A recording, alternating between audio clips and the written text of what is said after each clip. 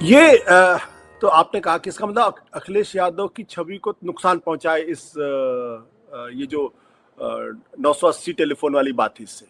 इसलिए कि एक बहुत बड़ा समाज ऐसा है, गलीबल समाज है, वो दूसरी हम्म, जो हम आप जो बात कर रहे हैं उस तक नहीं पहुंचेगी, क्योंकि इसकी ठीक है। एक सीमा है।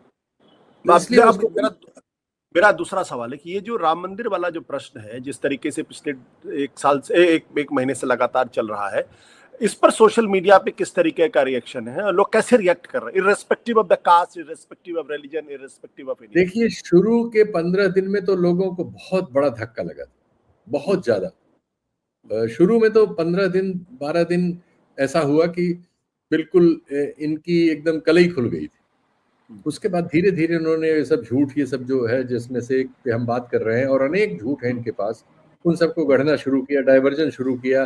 फिर चंपत राय के पक्ष में खबरें आने लगी कि वो तो संत हैं और फलाना है, और तमाम एंकरों वगैरह ने सर्टिफाई करना शुरू किया। तो धीरे धीरे उसको डाइल्यूट करते जा रहे हैं। लेकिन नो डाउट एक झटका बहुत तगड़ा लगा है उनको।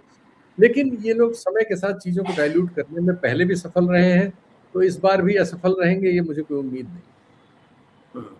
बट इससे जो इनकी एक हिंदू के प्रति सहानुभूति रखने वाली या हिंदुओं के हक में लड़ने वाली जो छवि थी, क्या उसमें कहीं दरार आई है? हमारे लोगों की स्मृति बड़ी कमजोर है तमाम चीजों के बारे में।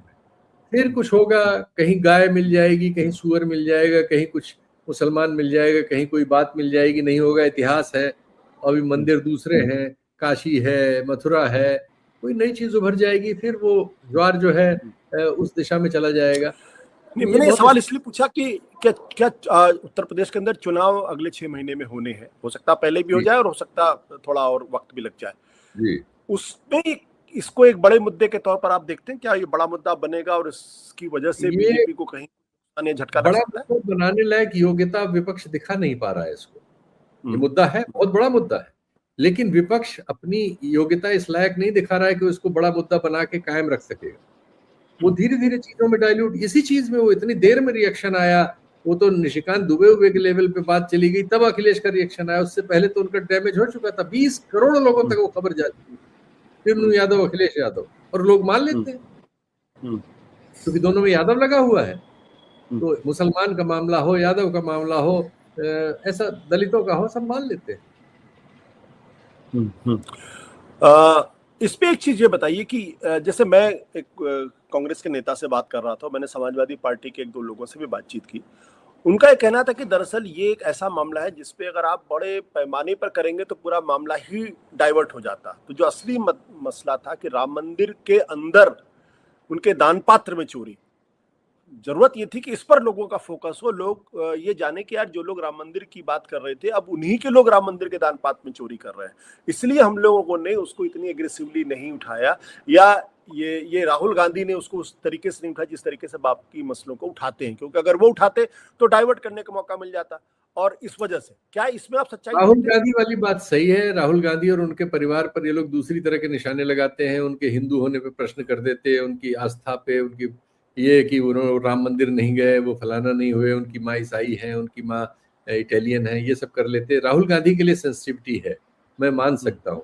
खड़गे साहब के लिए कौन सी सेंसिटिविटी है, दिग्विजय सिंह के लिए कौन सी सेंसिटिविटी है? राहुल गांधी ही अकेले नेता है कांग्रेस में, असंख्य नेता है।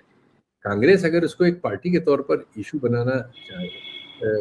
बनाने का काम करती उस तरह से जैसा होना चाहिए था इसमें, और दूसरी कांग्रेस ही क्यों, सबसे बड़ी पार्टी वहां समाजवादी पार्टी है।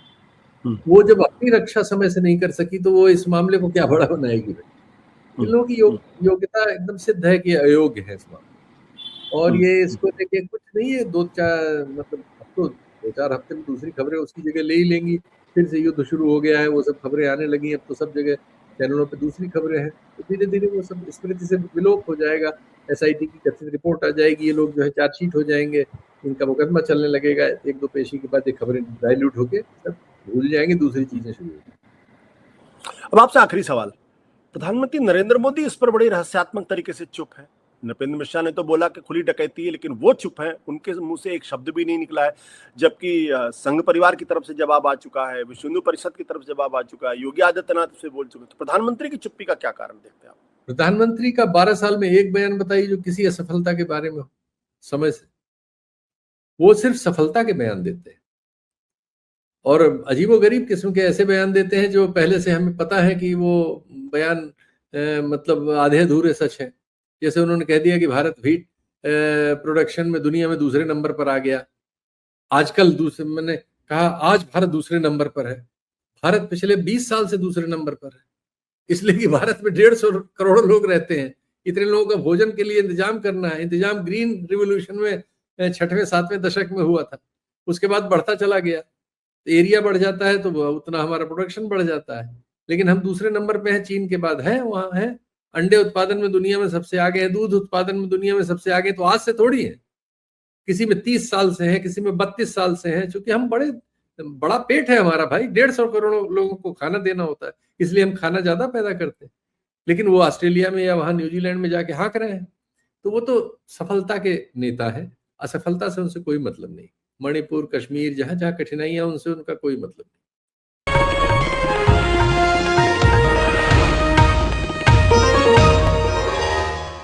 Copyright disclaimer under Section 107 of the Copyright Act 1976. Allowance is made for fair use for purposes such as criticism, comment, news reporting, scholarship, and research. Fair use is a use permitted by copyright statute that might otherwise be infringing.